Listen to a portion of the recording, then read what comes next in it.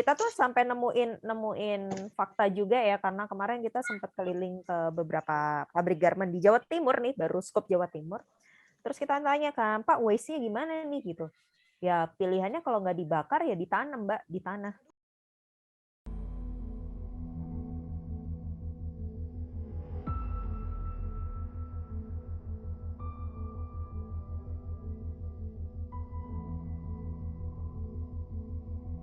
Aku kan nyari-nyari ya Kak informasinya mengenai si pengolah limbah ini. Nah emang sebenarnya pada awalnya itu kita juga di pihak Ayana ini maunya itu dapatnya itu pengolah limbah tuh yang bisa mengolah limbah kembali menjadi benang, karena kita pikir itu akan jadi satu hal yang berguna. Pelaku pengolah limbah yang mengolah limbah menjadi benang ini sendiri benar-benar kayak macet-macet gitu pergerakannya. Jadi kayak mereka cuma masuk ke beberapa berita aja, masuk ke Google, tapi untuk pergerakan mereka sendiri kebanyakan itu terhenti gitu. Kesadaran masyarakatnya tuh benar-benar nggak ada sama sekali. Mereka nggak mau pakai barang yang udah second dan sebagainya gitu. Kita pengen mengedukasi mereka kembali kayak, oh mungkin ada alur yang salah, atau misalnya kayak mungkin pemasarannya masih kurang atau pengemasannya masih kurang. Kita ingin mengedukasi bagian itu gitu. Jadi mereka itu bisa melakukan pergerakan yang lebih cepat. Terus habis itu juga lebih bisa namanya tuh dikenal sama masyarakat dan diingat gitu. Terus kita juga kayak mau ada beberapa ngelakuin workshop juga di mana dari si limbah perca ini atau limbah pakaian ini kita olah lagi. Aku sama tim aku juga lagi brainstorming untuk pengolahan si limbah ini untuk dijadikan produk-produk yang bisa mereka jual kembali gitu. Ini juga bisa meningkatkan UMKM serupa, dalam arti banyak juga orang yang rasa sadar, oh sepertinya pengolahan limbah ini bisa menjadi bisnis opportunity yang baik gitu ke depannya gitu. PR-nya banyak banget sih. Kalau tadi ada dari, maksudnya aku coba pecah beberapa tahapan ya. Jadi mungkin dari orang tuanya Julia punya garment, bener ya tadi ya? Iya, produksi juga sih. Sorry, kucingku ganggu. Oke, produksi, kemudian ada partner-partner yang juga masuk ke upcycling ya, dengan menggunakan pakaian-pakaian bekas, kemudian di redesign lagi sehingga jadi produk baru lagi. Terus kemudian ada pelaku dari industri, dan plus siapa sih yang akhirnya berkontribusi untuk membuat sampah tekstil itu semakin banyak gitu. Nah, tahapannya tuh banyak banget. Nah, itu PR-nya Pebble sekarang juga masuk ke sana gitu. Jadi ketika kami harus mengedukasi pabrik garment, pasti pendekatannya akan berbeda. Cara komunikasinya pun akan berbeda dan objektifnya itu akan berbeda. Misal nih kalau ke pabrik garment tuh kami berharap error rate-nya itu berapa persen sih? 5-10%. Oke, bisa nggak ditekan sampai di angka 6% misal setiap kali produksi? Karena 4%-nya dari sebuah pabrik garment tuh gede banget. Jadi waste dari pabrik garment sendiri satu tahun itu 470.000 ton. Gitu. Nah, kalau itu kita bisa reduce 2% aja atau kita bisa reduce 4% aja. Nah, itu kan signifikan ya. Signifikan untuk mempermudah Pebble pun supaya nggak ngoyo gitu untuk ngerjainnya, untuk ngolahnya. Itu satu. Kedua, kalau kita masuk ke pakaian-pakaian potongan thrifting ini, pendekatan komunikasinya akan berbeda juga.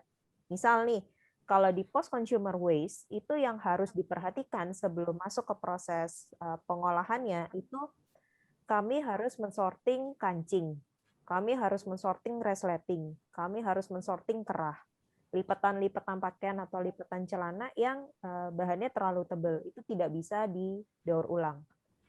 Nah, sehingga pendekatan itu yang harus kami sampaikan nih. Oke, kalian teman-teman thrifting, apa yang akan kalian lakukan dengan potongan-potongan ini tadi?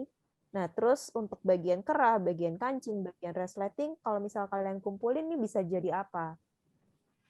Gitu. Komunikasinya akan berbeda. Nah, kemudian kalau kita masuk ke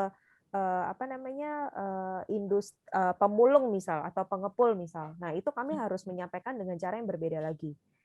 Karena kalau di tekstil itu siklus ekonominya belum terbentuk. Beda kalau kita bicara sampah plastik. Sampah plastik dengan adanya ADUPI, dengan adanya asosiasi-asosiasi pemulung yang memang mereka concern ke plastik, itu sudah dilakukan, value chain-nya sudah dilakukan. Siapa yang mengolah, siapa yang menghasilkan, siapa yang akan menyerap kembali industrinya itu udah jelas. Nah, kalau di tekstil itu baru. Makanya di kami pun itu kami jangan sampai nanti jadinya Pebble itu adalah TPA-nya. Kami nggak pengen Pebble jadi TPA. Pebble itu adalah jembatannya sebenarnya. Nah, yang harus kami make sure lagi itu adalah setelah sampah itu terolah, masuk nih di Pebble, sudah diolah jadi fiber atau jadi kapas atau jadi kain, siapa industri selanjutnya yang akan menyerap? Karena kalau sampai di proses produksi saja, tidak ada proses distribusinya, itu percuma. Gitu. Nah, distribusinya itulah yang kami berharap sebenarnya industri dari fashion, brand-brand kecil ini tadi, atau startup yang baru tumbuh, kemudian brand yang memang sudah established, mereka nggak harus beralih 100% ke recycle material kok. Nggak. Penggunaan 10, 20%, 30% itu udah helpful banget sebenarnya buat Pebble untuk bisa mendistribusikan sampah-sampah yang udah terolah itu tadi. Karena Pebble sendiri, sebulan kapasitas produksi kami itu bisa sampai 6.000 ton. Nah, sekarang kami baru di 1.500 sampai 2.000 ton. Nah, kenapa kami nggak maksimalkan sampai ke 6.000 ton? Karena ya kami masih belum tahu penyerapan di Indonesia sendiri itu sebesar apa terhadap material terbarukan. Kalau di luar negeri udah jelas gitu. Satu kota sendiri di Italia itu memang diperuntukkan untuk pengolahan limbah tekstil post consumer. Tapi hasilnya distribusinya itu mereka digunakan di dalam negeri maupun mereka ekspor gitu. Jadi sudah ada jembatannya. Nah, kalau di Indonesia selama yang saya tahu tidak banyak yang masuk ke sana. Tidak banyak yang mau makan distribusi dari hasil pengolahan sampah tekstil itu tadi. Jadi itu yang mesti jadi concern kita sama-sama adalah setelah diolah didistribusikan ke siapa. Itu PR sih. Karena ini sekarang kami baru dapat sampah dari sebuah brand lokal ya di Indonesia. Dia ngasih ke kita kemarin itu sampah hasil sisa produksi ataupun pakaian dead stocknya mereka itu sekitar baru kecil 38 kilo.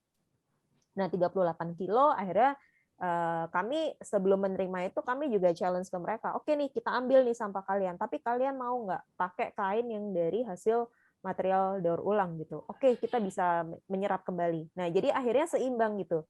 38 kilo yang masuk sampah, outputnya 38 kilo kain juga yang keluar untuk mereka. Jadi jangan sampai akhirnya 38 kilo masuk ke kita, terus kita nggak ngerti ini siapa yang mau menyerap selanjutnya. Nah, itu sih. Itu baru bicara satu brand lokal gitu. Saya tempo hari di kontak sama satu pabrikan brand baju juga, cukup masif. Dia punya lebih dari 30 outlet seluruh Indonesia. Mereka punya sampah tekstil dari pakaian dead stock-nya itu totalnya kalau nggak salah 300.000 baju. 300.000 baju. 300.000 baju itu saya hitung kemarin kalau nggak salah sekitar hampir 60.000 ton lah, 60.000 ton sampah. Nah itu bayangin tuh kalau terus saya challenge balik ke mereka, oke kita ambil nih, kita makan 300.000 pakaiannya kalian, kita olah 60.000 ton kain. Nah kalian mau nggak menyerap kembali 60.000 ton kain itu? Terus mereka masih, waduh kalau kayak gitu kita pikir-pikir dulu deh Mbak, soalnya ini kita juga udah beli kain dari Cina dan sebagainya, jadi kami juga masih belum tahu. Ya udah gitu. Kalau kalian nggak bisa bertanggung jawab dengan hasil itu overproduksi loh berarti hitungannya. Mereka tidak bisa mengkalkulasi secara benar konsumsi masyarakat itu berapa, kemudian kekuatan buying power-nya masyarakat itu berapa, apakah ada berkaitan dengan apakah brandnya ada penurunan atau apa, itu kan sebenarnya banyak variabel yang harus diperhitungkan gitu. Tapi sampai ada overproduksi sebanyak 300.000 selama 10 tahun dan itu mereka masih aja import kain saat saya lupa di antara satu kontainer atau berapa saya nggak ngerti, padahal di gudang masih ada stok kain yang berlebihan yang masih belum tahu itu bakal kepakainya kayak gimana. Nah kayak gitu sih, itu salah satu case yang saya pun juga baru tahu, ini baru satu brand yang saya juga bahkan nggak ngerti ini brand apaan gitu. brand apaan, terus tapi mereka punya dead stock sebanyak itu. Nah itu sih, jadi mungkin buat teman-teman kayaknya mesti dipilah dulu, pengennya mengedukasi di level mana dulu. Jadi kalau kita mau ngambil semua level, bahasanya pasti akan berbeda gitu. Bahasanya berbeda, pendekatannya berbeda, cara bertanggung jawabnya akan berbeda. Nah, di Pebble pun juga sama gitu. Oke, kalau kita ngomong hanya di level teman-teman thrifting, apa yang bisa kita lakuin nih? Ada gerakan apa nih yang bisa kita inisiasi bareng gitu. Misal oke, dari pakaian-pakaian yang dari Dropbox yang misalnya yang diterima oleh Pebble, kami pilah dulu, oh ternyata ini ada beberapa yang masih sebenarnya masih layak pakai dan bisa digunakan. Oke, ini kita kumpulkan, kami kirimkan nih ke teman-teman kalian yang membuat upcycling atau thrifting itu tadi, mungkin bisa ditambahin. Kalau yang bola mungkin bisa ditempel dan sebagainya. Nah, itu yang bisa dilakukan. Jadi dengan Dropbox-nya Pebble, kami bisa memfasilitasi itu. Kemudian kalau misal dari hasil mereka jahit, bekas potongan-potongannya, oke lempar lagi, balik aja ke Pebble. Kita yang akan ngolah lagi, kita yang akan daur ulang. Nah, itu nggak masalah. Jadi kayaknya mesti diputusin dulu kita akan ke siapa, jadi supaya mempermudah flow-nya sih. Flow circularity-nya itu harus kelihatan gitu. Karena kalau di Pebble, kita mengadopsi circular economy. Nah, circularity-nya itu seperti apa yang harus kita bentuk? Itu dulu sih. Oh, kepanjangan ya saya ngomongnya. nggak kok, Kak. Justru ini jadi catatan baru sebenarnya buat kita karena pada awalnya kan kita kan benar-benar sebenarnya cukup buta ya sama dunia untuk pengolahan limbah ini.